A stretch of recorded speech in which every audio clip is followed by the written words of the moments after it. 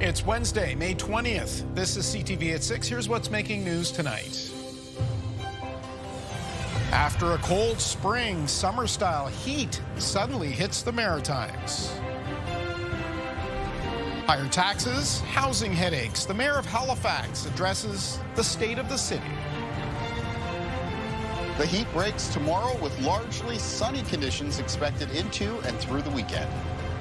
Live from our Maritimes News Center, this is CTV News at 6. Here is Todd Battis.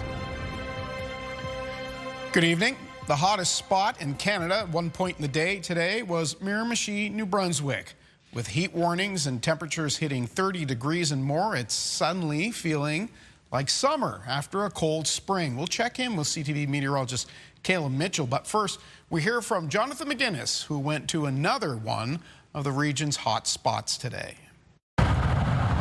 Summer-like weather has finally hit the Maritimes. Never too hot. A little too hot for me, I think. I like a nice ice drink to cool myself down. After a cool and damp start to spring across the Maritimes, temperatures jumped into the mid-30s today, with the humidex making it feel even hotter, breaking 90-year-old records in some areas around the region. As you know, the Annapolis Valley can get pretty hot. The coordinator of the King's Regional Emergency Management Organization is keeping a close eye on the thermometer. To make sure you take care of each other, and if you know people that are vulnerable, the seniors or maybe by themselves, or people are leaving along, it's just be a good neighbor to check on them. Make sure the air conditioning is working in your home. Today's heat doesn't require the opening of emergency shelters, but King's Regional EMO is posting regular updates on social media. We just want to make sure that the public is aware if there is going to be any extreme heat, and we're concerned certainly with regards to their health. Actually, we're probably about 41 degrees now. Catherine Manning has to work where it's hot. Her greenhouses are filled with heat-loving plants like lettuce, tomatoes, and peppers.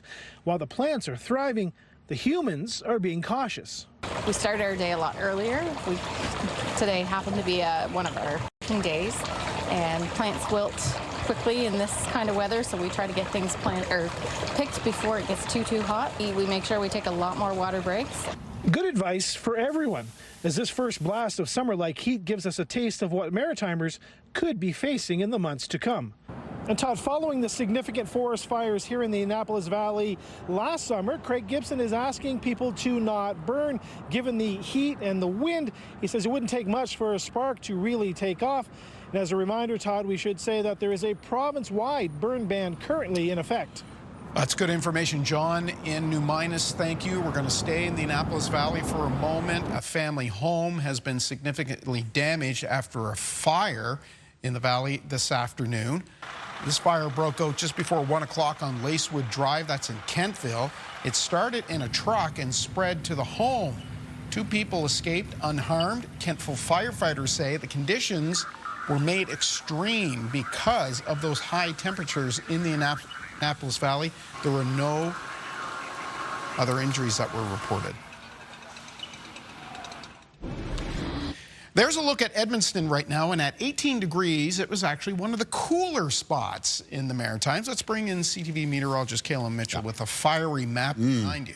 Yeah, I put together a little bit of a heat map for the region today, kind of highlighting which parts of the Maritimes saw the hottest of those temperatures, and certainly spiking in around southern areas of New Brunswick into that east of the province. We mentioned Miramichi, one of the locations today that touched up into the low 30s. And then for the province of Nova Scotia, very hot temperatures basically in the interior of the mainland. Temperatures were more moderate in Cape Breton. In some cases, some coastal communities were held with some moderate temperatures for today, but in other cases, some coastal communities as well got into the to the hotter side as far as those temperatures went, including Grand Manan, New Brunswick. And this one surprised me a little bit. Grand Manan getting up to 29 degrees for today, and even a few of the weather stations in around the Halifax area, including some located around Bedford, touched on the 30-degree mark. Now, taking a look at where we stand with high temperatures across the Maritimes, to report at some weather stations today. Some of the hottest areas were in around Ketchum-Kuchik Park, 32 degrees. second consecutive day that weather station has reported 32, and likely to be the second consecutive day that it'll be the hottest temperature recorded on weather stations monitored by Environment Canada. Fredericton, there was 31.5, so that's rounded up to 32 on this board, but you can see many other locations, high 20s, low 30s. Now, yesterday when we looked at this map, we were sharing in that heat with locations even back into southern Quebec and southern Ontario, but you can see there the temperatures are moderated, and that's what's headed in our direction. You can see that represented here by those blues coming in a northwest wind as we make our way through tonight. So temperatures are going to be coming down for the end of this week here in the Maritimes. Now, it is a little bit of a cold front that's moving through. There's a chance of a shower or thunderstorm with that front. Not a lot of wet weather with it, just seeing some very isolated pockets of showers at the moment. Some of those just passing through at the moment. Western parts of Prince Edward Island, these kind of look like they were on the verge of becoming a thunderstorm, but haven't seen any lightning detected yet. I'll keep on top of that situation, though, and then, of course, we'll get into more of the long-range forecast, Todd, when I'm back a little bit later on. Okay. Oh, and I have some high-temperature records, a tally board for high-temperature records in the region today coming up. Okay, very good. We'll do that in about 16 minutes or so. Thank you. Halifax is facing a defining moment. That's the assessment of Mayor Andy Fillmore. In his State of the City address today, he acknowledged a series of issues: transit troubles, rising taxes, a lack of housing. As CTV's Callum Smith reports, while the list of challenges is long, the plan to resolve them is short. Mayor Andy Fillmore's second State of the Municipality speech was nearly 22 minutes, including many harsh realities. Halifax is full of those mismatches right now. People who can't afford a home, people who can't get to work, people who can't get a permit through.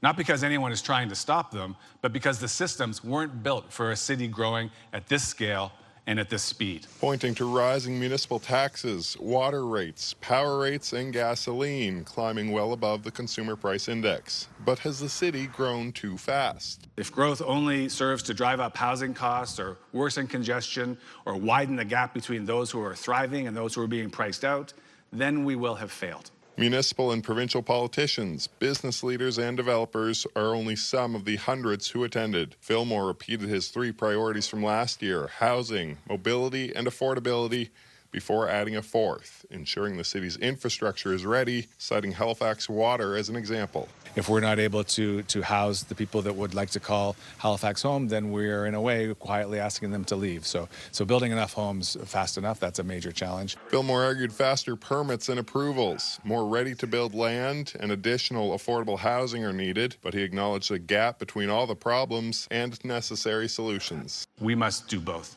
We must confront the brutal facts clearly and honestly, and we must remain unwavering in our belief that our city's best days are ahead of it. On affordability, he pointed to the city's ongoing service review to ensure that tax dollars are being spent responsibly. Moments like this do not come often. The scale of investment flowing into Halifax, the defense commitments, the jobs, the infrastructure demands, this is a generational opportunity, and it will define what kind of city we are for decades to come. Fillmore said he hoped people would leave optimistic about the city's future.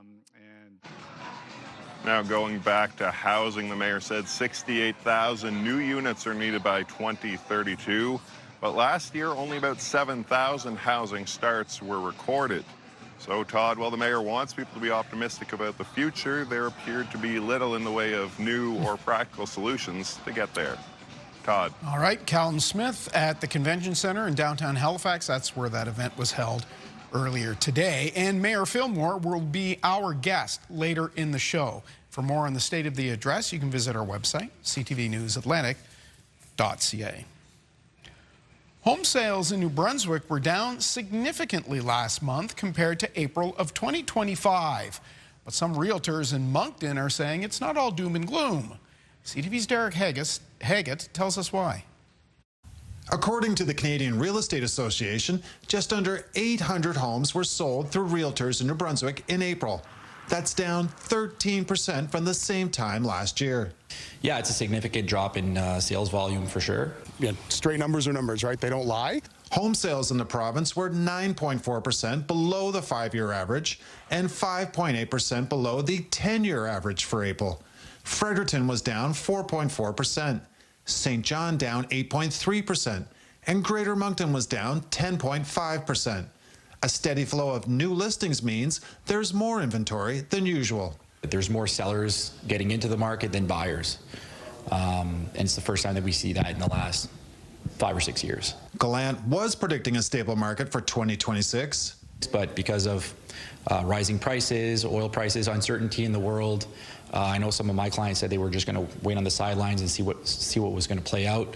Realtor Ryan Davison says there's two sides to the story. Because we're in a balanced market, it's actually a very healthy place to be. I know that may sound a little strange, but it is true. What's clear to both realtors is the housing boom experienced in the province during the pandemic is over. You were selling by video, sight unseen purchases. Obviously, we've gotten away from that when we jump 5 years forward. As far as home prices go in New Brunswick, even though fewer homes are selling, the price has remained relatively the same. Derek Haggett, CTV News, Moncton. Last night, we brought you a story that offered a glimpse of how hard it is for Maritimers to get a mammogram. The extensive wait times for basic screenings has some women looking to other provinces for help. CTV's Vanessa Wright continues her reporting tonight. Hey, it's days like these Lori Savory is able to fully enjoy. Back in October, she was given a referral to get a mammogram after she noticed a lump in her left breast. But the appointment for the diagnostic mammogram wasn't until late January of 2026.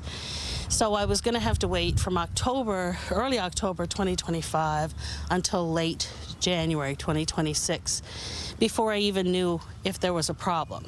That's when she went on Facebook and saw people traveling outside the province for a mammogram.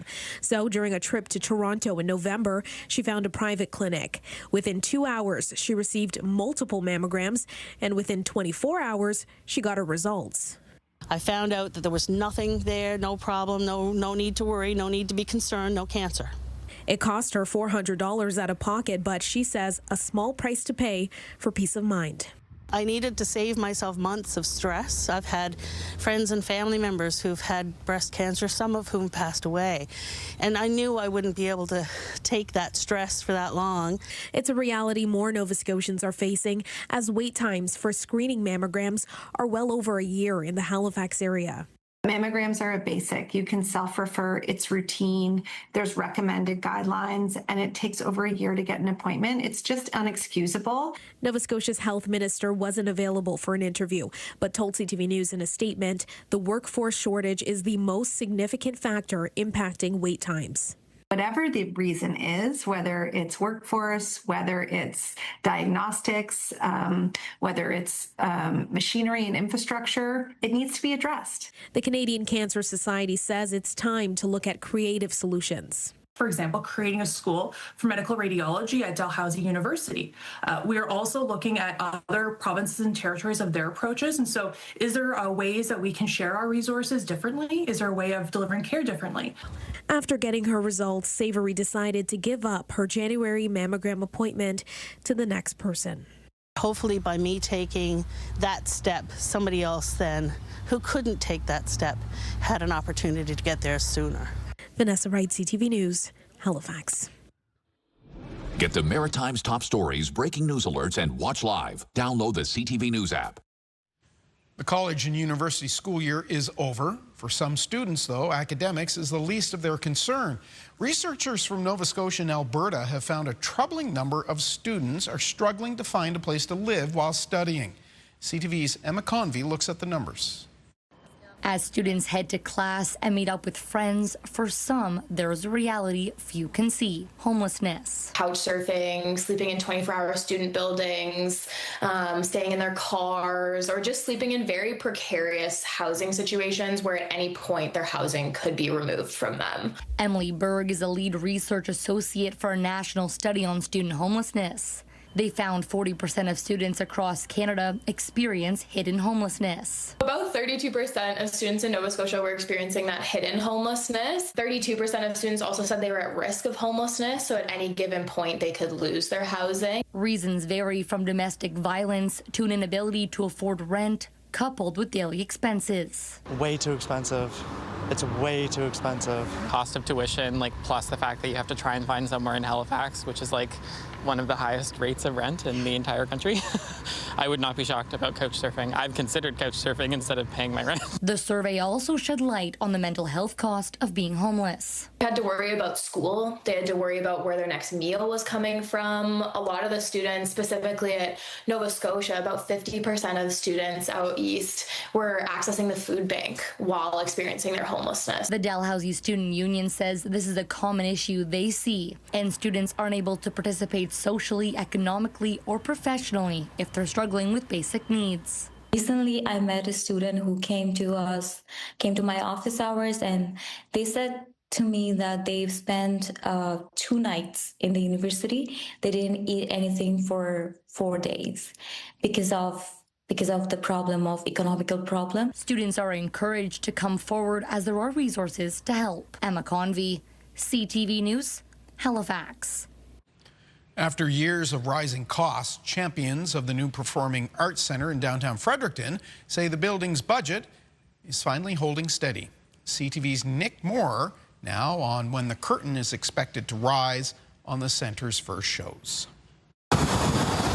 Construction of the new Fredericton Performing Arts Centre in the capital city's downtown is now 44% complete. We've got another year to go, and there's a lot of work to do, but we're meeting our milestones. We're watching it very carefully. There's a lot of people with a lot of eyeballs on the project. Tim Yerxa is executive director of the Fredericton Playhouse and gave an update on the Ron and Irma Hawk Center for the Arts at Tuesday night's City Council meeting.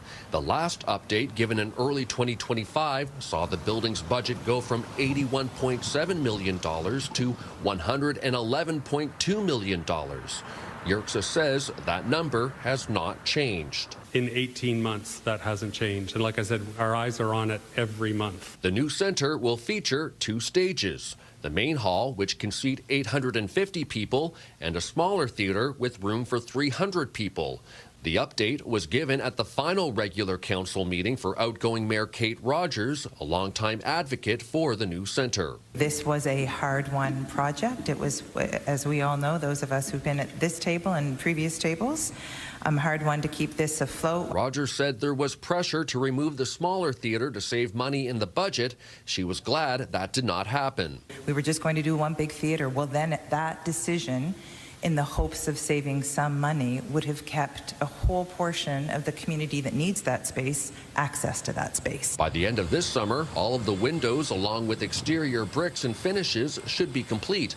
The final event at the Fredericton Playhouse, a block away, has now been set for June of next year. Completion of the Ron and Irma Hawk Center for the Arts is expected shortly after that, with a series of smaller events leading to an 11-day grand opening festival in early fall 2027. Nick Moore, CTV News, Fredericton. This year's SailGP event in Halifax is still weeks away, but it's already a success. The league has announced the Formula One of sailing will return to the city in 2027. Next May, Halifax Harbour will again host the world's fastest catamarans. The international competition, including a list of countries racing at speeds of up to 100 kilometers an hour. Halifax was voted as best race venue when it first hosted the event in 2024. This year's race on the harbour is the weekend of June 20th and 21st. After the break, meteorologist Kayla Mitchell tells us how long this heat will last. But next, excitement and expectations. At best, you're just going to replace one set of tourists with another. With $1 billion price tag, slumping ticket sales, and room bookings, is the World Cup worth it? That's next.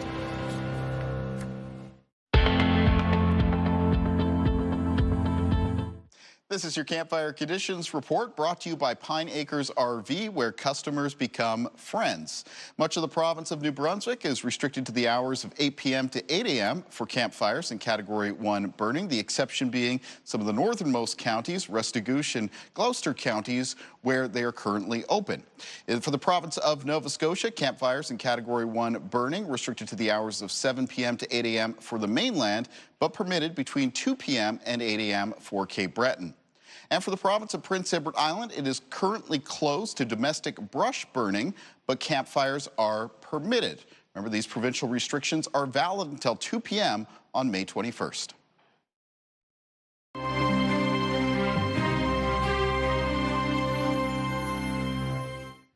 Does the hype outweigh the reality? Canada's price tag now to host 13 FIFA World Cup matches exceeds $1 billion. Less than a month from kickoff, games in Toronto are not sold out, and hotel bookings in Vancouver are down. CTV's Penny Daflos reports. Vancouver is getting kitted out for its 7 World Cup games, but the anticipated economic boom hasn't materialized. In fact, hotel bookings for June are down 20% compared to last year, according to Destination Vancouver. We know people are going to come. The provincial government is trying to downplay the situation, but when it comes to raw numbers, hotel occupancy in Vancouver in the months of June and July is normally about 95%. So if you're not building new capacity, then at best, you're just going to replace one set of tourists with another and maybe push that incremental capacity to 100%. This is an amazing opportunity. It's going to be a month-long commercial. Vancouver's mayor didn't respond to a CTV News request to discuss the hotel situation, but he's well known as a World Cup cheerleader. We are literally going to get the equivalent of 30 to 40 Super Bowls in the city of Vancouver over the course of a month. He's oversold this. To be fair, Vancouver isn't an outlier. A U.S. Hotel Association survey described the World Cup as a non-event with various factors to blame. Jet fuel prices, the cost of gas here at home, but also some misperceptions around the ease of travel to the U.S. if you're an international traveler. FIFA also pre-booked large blocks of hotel rooms and then let them go. And while Vancouver has comparatively reasonably priced World Cup tickets averaging $500 a game, the hotel rooms are the most expensive. A study found an average of more than $900 a night here, while Seattle is next most expensive at nearly $600. New York hotels are averaging about $500 a night. We heard for the last few years that the numbers for cruise ships was going to go down, and it never did. We've heard a lot of different things. It's all speculation. The province is counting on last-minute bookings, but Lander expects taxpayers will end up in the red. When the bills start coming in, it's going to be even higher than what you think now, and the benefits will be even less. The province still hasn't revealed how many hundreds of millions it's contributing to the costs. Penny Daflos, CTV News, Vancouver. So we're going to make this a web poll tonight. We're asking you, how do you feel about Canada spending more than $1 billion so far on the FIFA Men's World Cup? And there are the options. It's money well spent. It'll pay off an economic spin-off, or that's too much money. It's not worth the exposure. We'd like to hear from you at the website. Weather is next.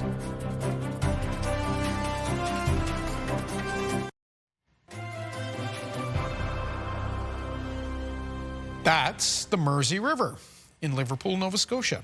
And it is a glorious 26 degrees right now, Kalen. Oh, what an evening it is across many parts of the Maritimes. Certainly a day today where you might have wanted to go to the coastline, dip your toes into those still chilly ocean waters around the region. They're only sitting between 4 and 6 degrees, but it would have been one way to cool you off a little bit. Well, you didn't have that cold wind coming off.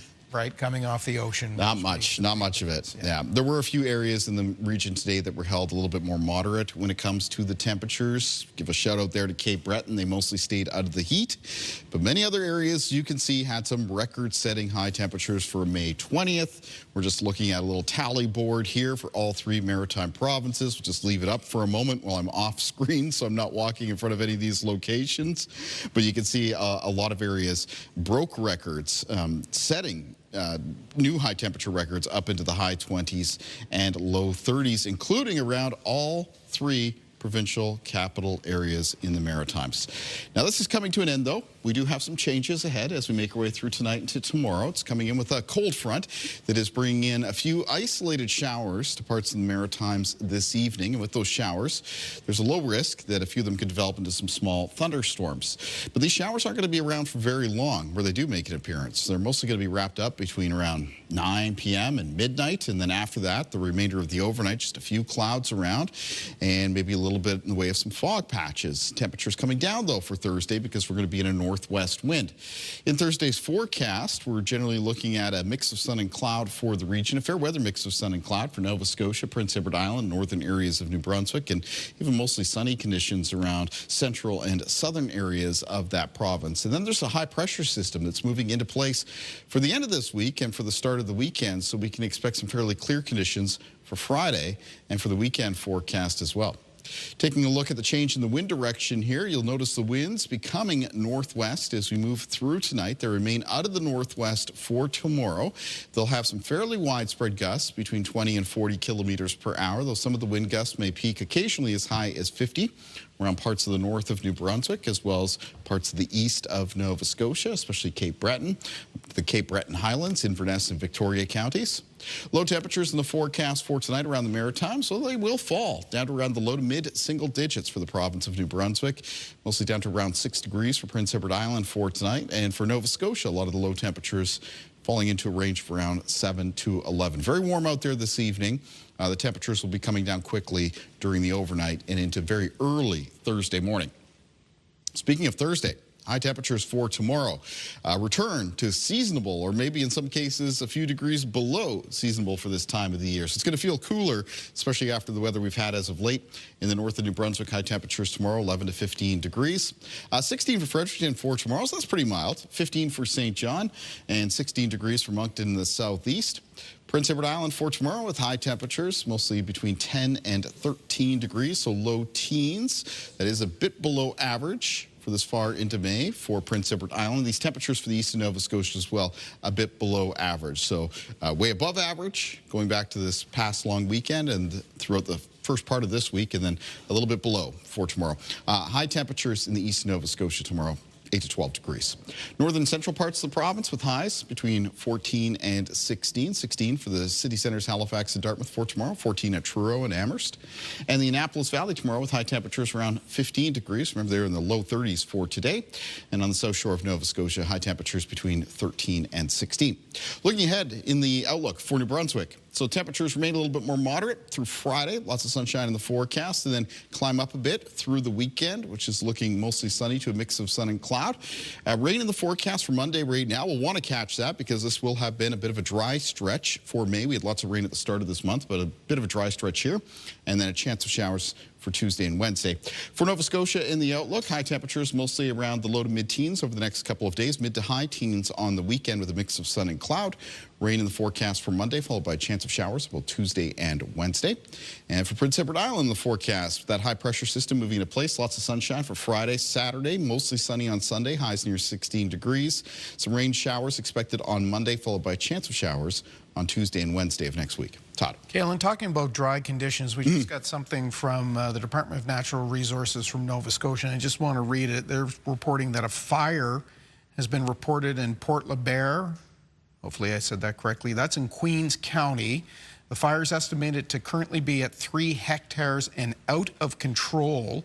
The province's 4 new 802 fixed-wing air tankers that we reported on the other night, as well as a DNR helicopter, are on site with firefighters from 3 volunteer fire departments. So again, a wildfire, currently about 3 hectares in Queens County, Nova Scotia, burning out of control. We'll certainly have any updates on our website and tonight at 11:30 with Jesse Thomas.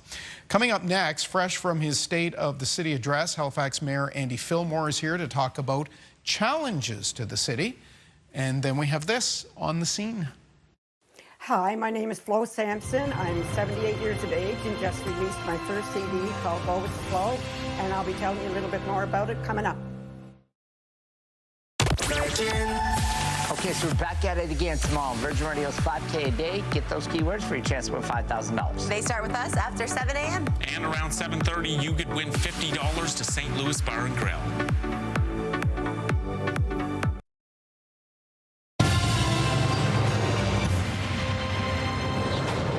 Welcome back. As we reported earlier, Halifax Mayor Andy Fillmore held his State of the City address today and was pretty frank about the challenges facing his growing city.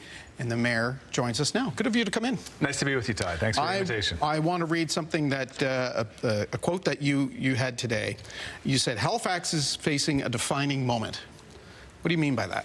That's exactly right. We are, and what I mean is that in this moment, you know, we're coming off of 10 years of incredible growth.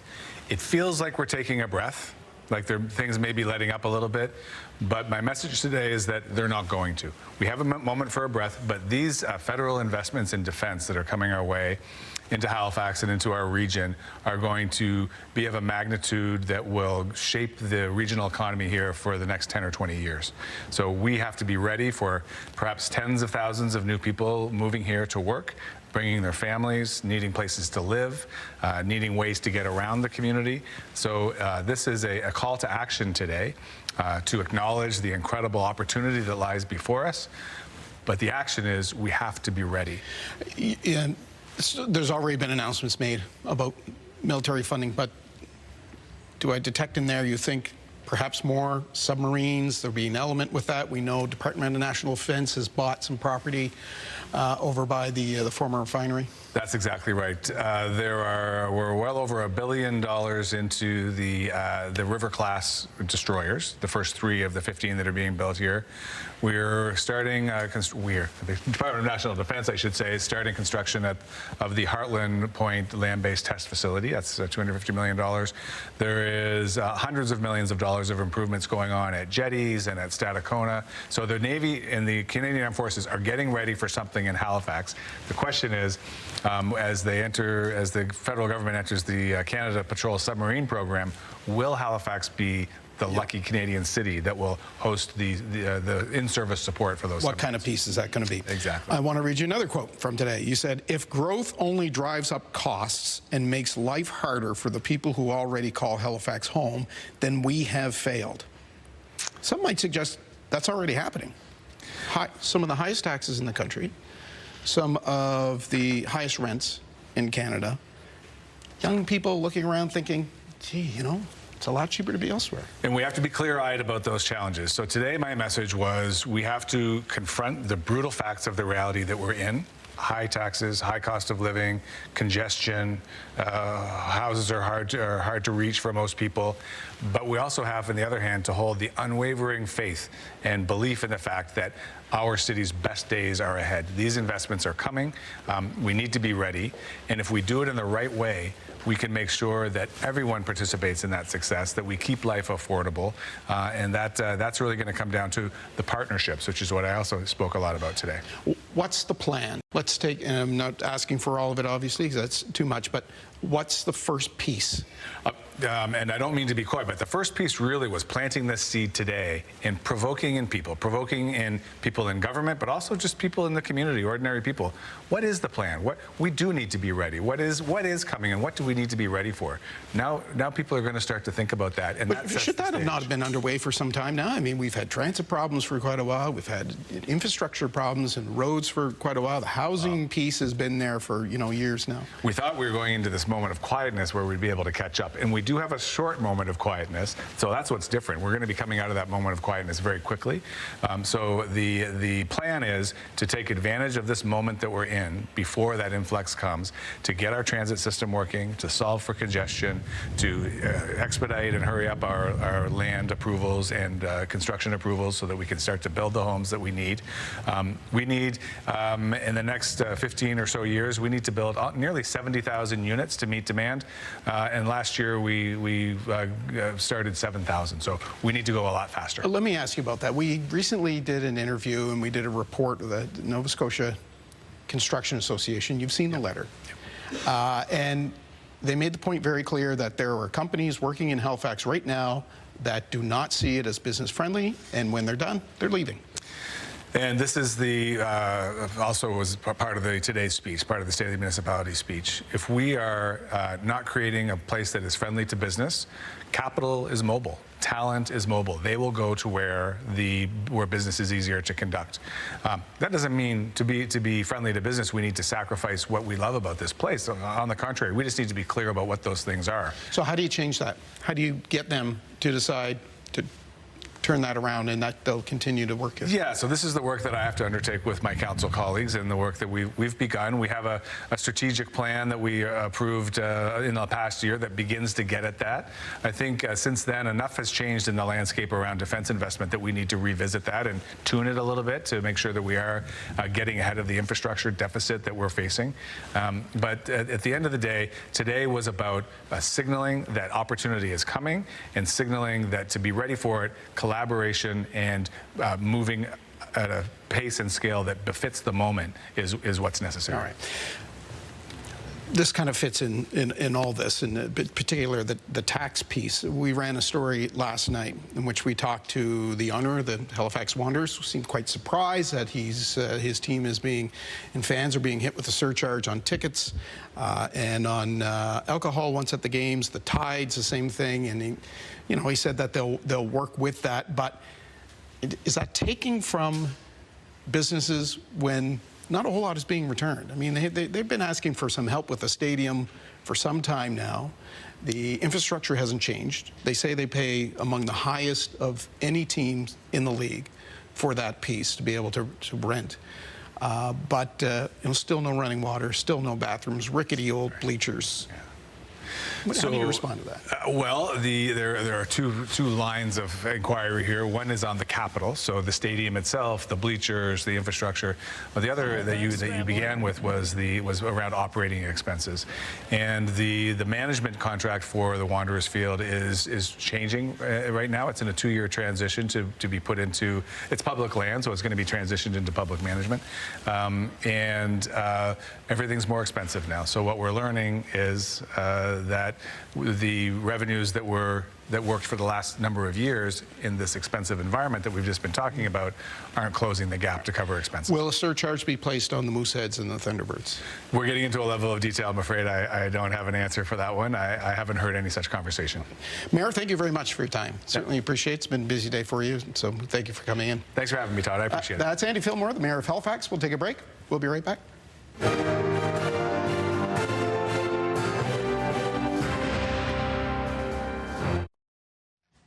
Time for our look at health news. There are children's bathrobes being recalled. CTV's Amanda Debison tells us why in tonight's edition of The Lifeline. A children's bathrobe is being recalled in this country due to a flammability hazard that could pose a risk of severe burn injuries to children. Health Canada says the recall involves the Deux par Deux plush glow-in-the-dark bathrobes in dinosaur and unicorn prints. Health Canada warns that loose-fitting children's sleepwear can more easily come into contact with ignition sources like stove elements, candles, and matches. Once ignited, the garments can burn rapidly and potentially cause severe burns over large areas of a child's body. Nearly 300 of the bathrobes were sold in this country since last July. There haven't been any reported incidents or injuries in Canada. Jell-O is jiggling its way toward more natural ingredients. It's getting a line of products made without synthetic colors or artificial sweeteners to meet increasing consumer demand for natural ingredients. Kraft Heinz calls it Jell-O Simply, a line of pre-made gelatin it says is made with fruit and vegetable juice and has 25% less sugar than its regular Jell-O. The range comes in 3 flavors, with more to come. The company pledged last year to remove artificial dyes from its U.S. products by 2027. With Health and Medical News, I'm Amanda Debison for The Lifeline.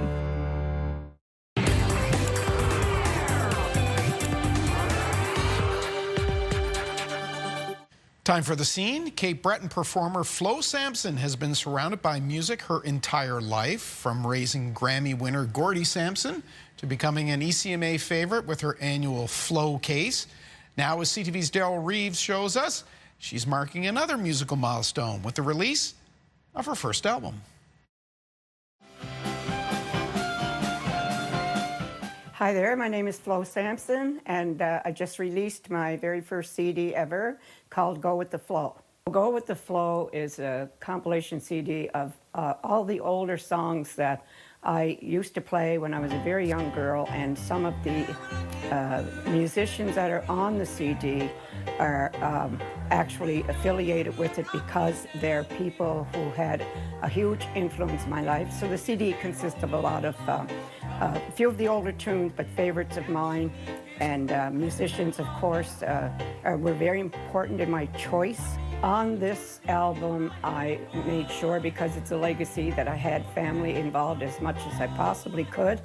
So my daughter Amy is singing on it. My son Gordy and my granddaughter Amelie are there as well. This album is special to me, well, number one, because I took so many years to decide to do it. I am 78 years of age. I've been thinking about this CD for a very long time. I spoke to Fred Lavery about 15 years ago at one of the bars at ECMA, and I mentioned it to him, and he was so encouraging, and he said, it has to get done. Music always inspired me from the time I could listen to it with my ears for the very first time. I'll always remember I was 11 and a half years old. My dad taught me everything I knew, threw me in the ring at that age in front of 250 people. And from there, it was all uphill. I never regretted it. To see the joy that we were bringing them and the smiles on their faces really did something for my heart. And I still get a lot of gigs. There's always the later night parties in the different pubs and stuff. So they keep me fairly busy, and I love it. I'm actually very involved in ECMA and have been for a lot of years in what they call a flow case. And it's a late night where all the musicians who have performed in the various concert kind of stage, and to relieve them of their stresses, to come around the piano and just, they play or no play, it doesn't matter, and it's just one big jam session. I think what people may like the most about this particular CD is that it's full of versatility. The musicians are widespread, not only in how they play, but their instruments. So I have violins, I have banjo, I have guitar, I have bass, I have drums. I included just about everything that I could possibly do so that there would be something on the CD for everyone. If somebody is considering at my age or older even to release their very first CD, I would suggest put your ideas out there, because everybody has to remember it's not only a CD full of your music, but it's a legacy that's history of your life and those songs. Just go with the flow. And if the great producer and player Fred Lavery says to do something, you do it, even if it takes 15 years. So good for Flo. The East Coast Music Week begins today in Sydney, and yes, you will find Flo at the piano every night this week. All right, let's take a look at the primetime lineup.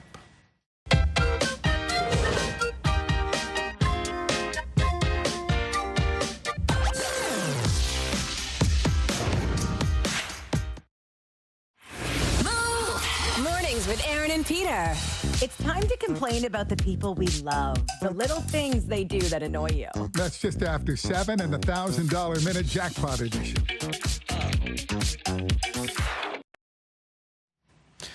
Our BNN business report is not available for the rest of the week, but we do have the market closing numbers. So let's take a look. We'll begin with the TSX, which closed up 420 points to 34,161.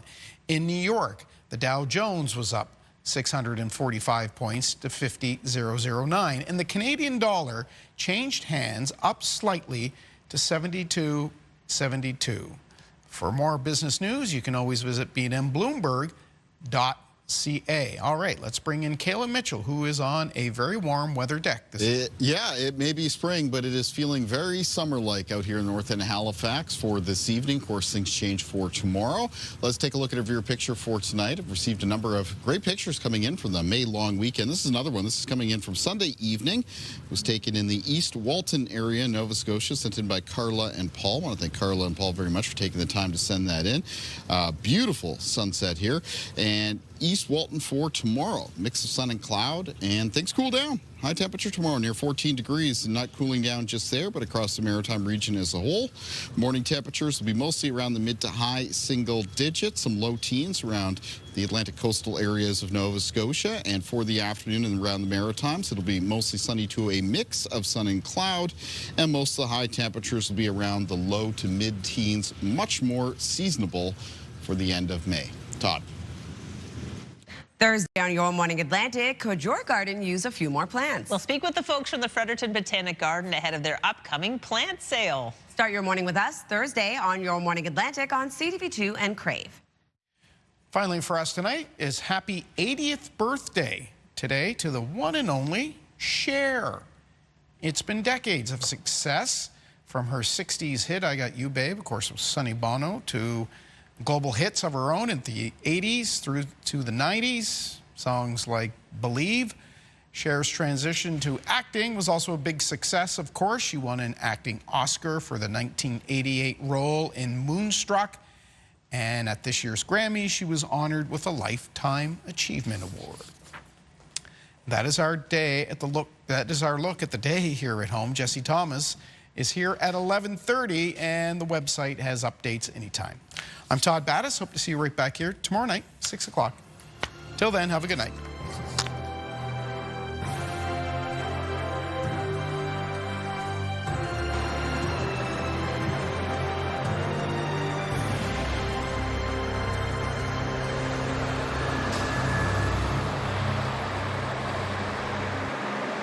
CTV News, the Maritime's #1 newscast. Watch live on Crave.